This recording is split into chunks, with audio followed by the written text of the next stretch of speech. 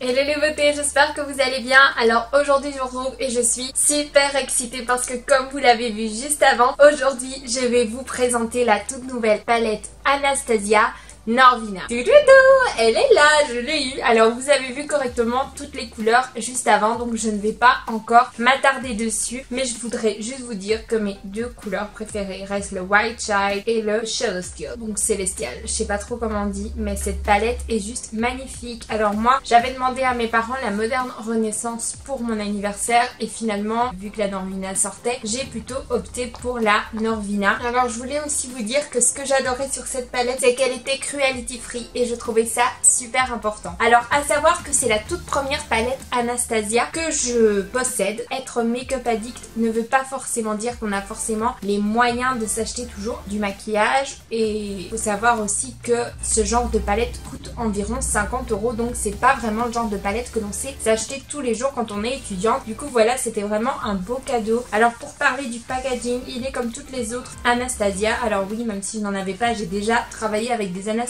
Il est en suédine comme ça. Alors la Norvina, je pense que c'est vraiment la palette qu'il fallait pour les filles aux yeux verts, parce que moi par exemple j'ai les yeux très clairs tirant vers le vert, et donc j'attendais cette palette avec impatience, dans le sens où c'est connu, les tons prunes, les tons rosés vont très bien aux yeux verts, et cette palette je pense que c'est une des meilleures palettes sur le marché qui correspond aux personnes qui ont des yeux verts, parce que c'est vrai que par exemple l'année passée j'avais acheté la Naked Heat palette, je l'adore mais je maquille que très rarement avec, parce que ce n'est pas vraiment le genre de couleurs qui vont avec la couleur de mes yeux. Je l'ai acheté parce que je la trouvais magnifique, parce que j'adore les Naked, parce que j'adore Urban Decay, mais c'est pas vraiment le genre de couleur que je peux porter, tandis que cette Anastasia elle est magnifique. Alors ça rend pas trop justice, mais le maquillage est juste magnifique. Donc sans plus tarder, je vous laisse avec le tuto que j'ai filmé en extérieur en musique, et on se retrouve juste après ça.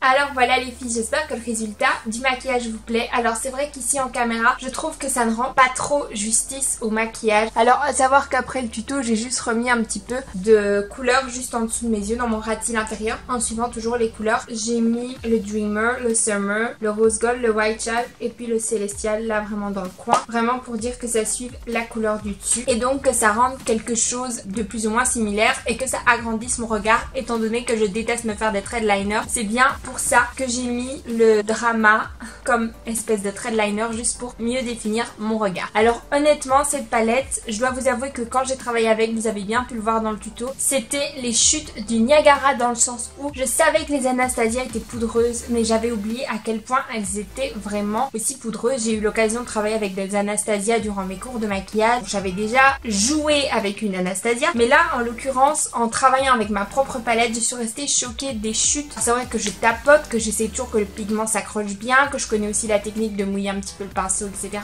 Mais il n'y a rien à faire. Je trouve que les fards Anastasia sont très poudreux. Donc faites comme moi, si vous voulez vous maquiller avec une Anastasia, faites d'abord vos yeux et puis faites votre teint. Moi, comme dans tous mes tutos maquillage, j'avais déjà fait mes sourcils hors caméra. J'ai fait avec vous donc mon make-up des yeux et ensuite mon make-up du teint. Si vous voulez savoir c'est quoi comme make-up du teint que j'ai fait, allez voir tout simplement My Everyday Makeup, pas mon make-up d'été, hein, My Everyday Makeup, que je vous mets juste ici et qui en fait retrace retrace les étapes que j'utilise pour faire mon teint. Sur ma bouche, j'ai mis le Liquid Lipstick NYX Lingerie Corset et je le trouve juste magnifique parce qu'ils sont vraiment mat de chez Mat. Donc seule petite déception, c'est que cette palette est super poudreuse, mais je suis super contente de l'avoir achetée. Je la trouve juste splendide cette palette. Alors oui, je l'ai déjà tuée. Par contre, petit bémol, je n'ai vraiment pas apprécié me maquiller avec le pinceau de la palette. Je sais pas si vous avez remarqué, mais au tout début de mon tuto, j'utilise et après j'ai utilisé mes pinceaux habituels de chez Yves Rocher, etc.